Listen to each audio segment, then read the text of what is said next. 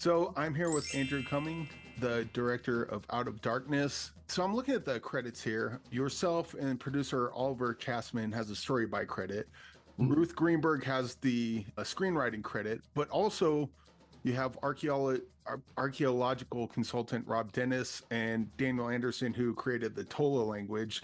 Yep. It's just the screenwriting process of this seems like it's its own separate production apart from the movie. Can you kind of go over how all that worked?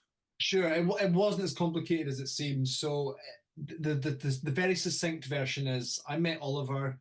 We both hit upon the idea of making a prehistoric horror movie, as you do, and we came up with a three-page step outline.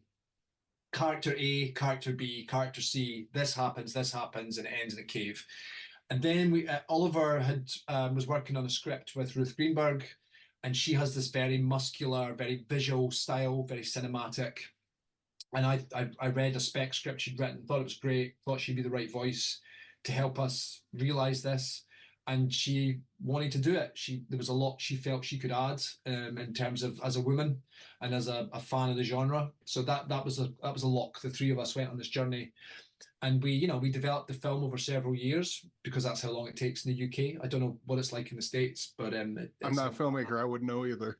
okay. So that's on average, that's how long it takes just to get your first film off the ground, especially something as ambitious as this. You've got to try and convince a lot of people. And then yeah, and as we were going through the process, we met Rob Dennis, the archaeological consultant. He really encouraged us. We pumped him with questions. What do we look like? What do we sound like? Where did we sleep? What did we eat? Just from basic to the minutia of what kind of material were their shoes made of, stuff like this, or how did they tailor their clothes because we found sewing needles made of bones. So there's all these questions.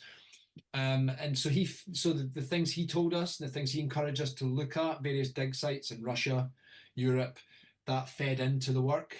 And then really Daniel Anderson didn't come on board until about 4 or 5 weeks out from prep. And that's when we obviously asked him to take the English of the script and translate it and create this language and translate what Ruth had written and put it into what we call Tola. So yeah, so it was a step-by-step process over several years to get us to that point. When Daniel created the Tola language, was that just a step by like ICU? The Tola version it translates directly to ICU, or did they like you that I see, or I Yeah, don't know there's how to it's exactly describe that, but you know what I'm yeah, saying. it's almost like Yoda speak, right? That he sort of changed the sort of order of it slightly. Yeah, I think he did in places. I mean, I haven't sort of conversed in the language for so long now or spoken about it, but yeah, there was definitely he changed the structure of certain sentences. But ultimately, he took inspiration from Basque, Sanskrit, Arabic, and sort of worked backwards from those languages to create something that could have conceivably been the mother tongue of all of them, because it maps the route that Homo sapiens took out of Africa as they spread into Europe and towards Asia, etc. So that all felt like reasonably robust research meets imagination, sort of creative outputs. So yeah, he just. I don't exactly know what his process was, to be honest. The less I knew, the better. I just wanted to know, does this language feel good when the actors say it? Does it feel believable? And in terms of the structure of it, he really put a lot of work and effort into making it feel as believable and as structured as possible. So he was very, very rigorous in that. How was it directing the actors speaking a language that, for all intents and purposes, doesn't exist? Because you think of like international directors directing like their first American feature in a language they don't speak. Sometimes you get like stilted acting, but you're going the other direction. You're doing directing actors in a language that no one speaks. Like what's that kind of process like, and how do you know you're getting good Well, performances out of them? that's yeah. I think my way was easier. Like rather than trying to direct something in a second language, that's difficult. But when you're working in a language that only 10 people know, you have certain artistic license, right? So we'd get on set and you know, you often see that joke with subtitles movies where the character says yes, but the but the subtitle is much longer, vice versa. You know, they say a big long sentence and the subtitle says, I don't know. So there'd be times where Daniel would have translated a sentence that it just had grown in size and there were too many syllables, and you know, the scene would lose its rhythm and its musicality. So we would prune things on the floor. I say the floor, on the marshy bog or on the forest, wherever we were. We would prune certain things out just to make those sentences and those interactions much snappier. But it was great because none of us became what can tend to happen with the English language is, especially in the UK, where there's such a strong tradition of theatre, is you become obsessed with the minutiae of every word and every syllable and every comma and full stop. And it was just so great to throw that away and say, do I believe what you're doing in your, you know, in your eyes? Can I see the thought process? Can I see the objective you've got? And do I believe it? Do I believe the intent behind it?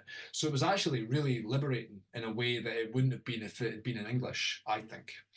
And also, how was the editing process? Because if you're editing something, you have a script right there. Oh, this is the scene where they're saying this. We're on this page. But if you don't know the language, that seems like the organization would just had to have been out of control in this. Otherwise, I can't imagine that working. It would just be a huge headache for the editor. Yeah, I mean, it helped because the editor came out on location, came to the shoot with us. He was there with us the entire time. So he was, you know, we bought out this hotel for the purpose of the shoot. So he was in an office on the ground floor. So at the start of the day and at the end of the day, I would pop in, see the assemblies, you know, so there was an immediate discourse happening there, but also the formatting of the script. So in final draft, you've got something called dual dialogue, where you can have two chunks of dialogue simultaneously running in parallel on the page.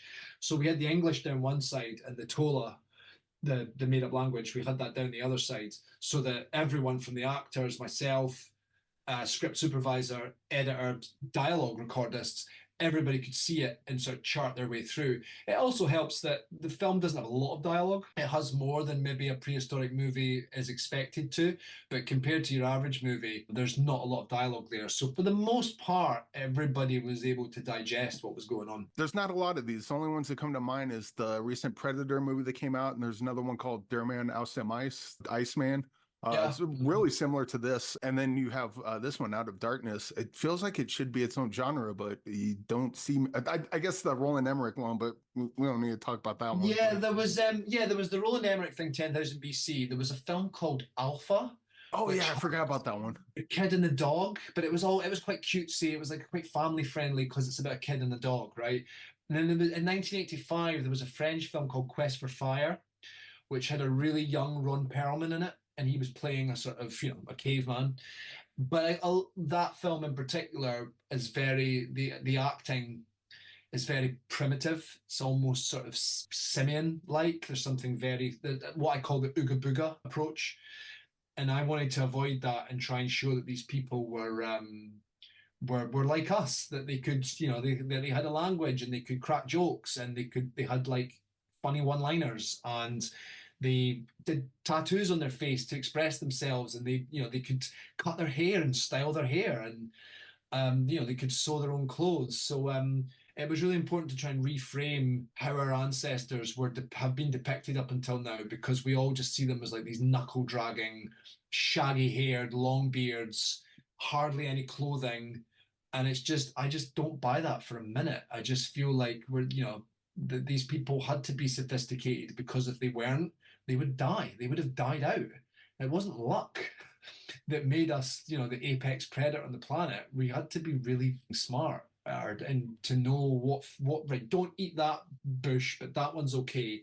And it's going to take 5 of us to take down that mammoth. And just the fitness levels you'd have to have. And then what are you doing in your downtime? You're singing songs, you're coming up with stories, you're making ornate objects to put on your jewelry for yourself or for your spear. This idea that they were just these troglodytes just sort of winging it every day, it just doesn't compute to me. Like, we need to give ourselves more credit. I don't suppose there's much on the cutting room floor, but I actually wouldn't mind seeing like a 4-hour director's cut of this, of the characters just kind of living their lives, because this is stuff we don't know about, so it's stuff you can pontificate about, but it would be interesting to watch a movie where they're just doing mundane things within their time.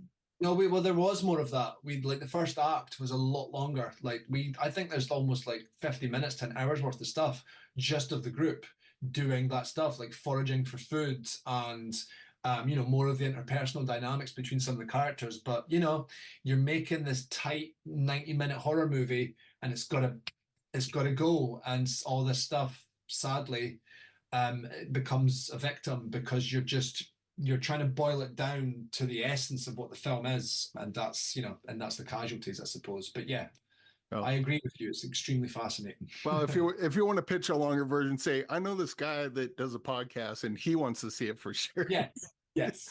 But we have a what's in the box segment, and in the box we pull a movie. It's just a bunch of movies that people put in, pull one out and watch it every week. In the box we have people put movies that they think are lesser seen that they really like, or maybe something that's personal to you. What's a movie that you would like to put into the box? Wow. Any genre? Yeah, whatever you want. It's personal to me. Personal to you, or maybe it's like this movie's really good and just no one talks about it.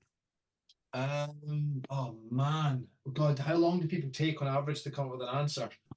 I should probably start asking ahead of time. Usually some people have it like right at the top of the mind. Sometimes they have to pontificate about it for a bit. I've got my DVD collections downstairs. I'm sort of going through it, trying to find the title because you don't want to, you're trying to find something that would put somebody down a path to something they haven't seen before. Oh, geez. Man. So I was asked this already on the junket, and this is the one I'm going to throw out because I would love to remake it, but nobody will let me. It's a Spanish horror film called Who Can Kill a Child. That's a good pick. I've never even heard of that, so that's a great pick. It's this really gnarly kind of 70s movie about this couple that are on holiday in Spain, and they travel to this small island for the day, and all the adults are dead, and all the children have gone crazy, and I just feel it's of its time.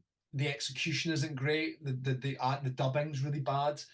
But I watched it and had this really visceral reaction to it and thought, God, this could be a really cool, like modern day horror movie. But I passed it by my agents and they were like, really? Yes. So yes, yes, really do that one. Yeah, but I can't remember the director's name. It's based on a novel. It's a Spanish film called Who Can Kill a Child, and it's a pretty gnarly concept for a movie. And it's thematically it kind of sits in a similar world to Out of Darkness because it's all about what kind of world are we leaving for our children if we keep So it's an interesting watch. Yeah. Well, that's a great pick. Andrew, thank you for joining me. Out of Darkness will be available in theaters. Thumbs up on February 9th. And this is a really fantastic movie. I hope everyone watches it. And thanks again for joining me today. Thanks, Eric. I appreciate it. Take it easy, man.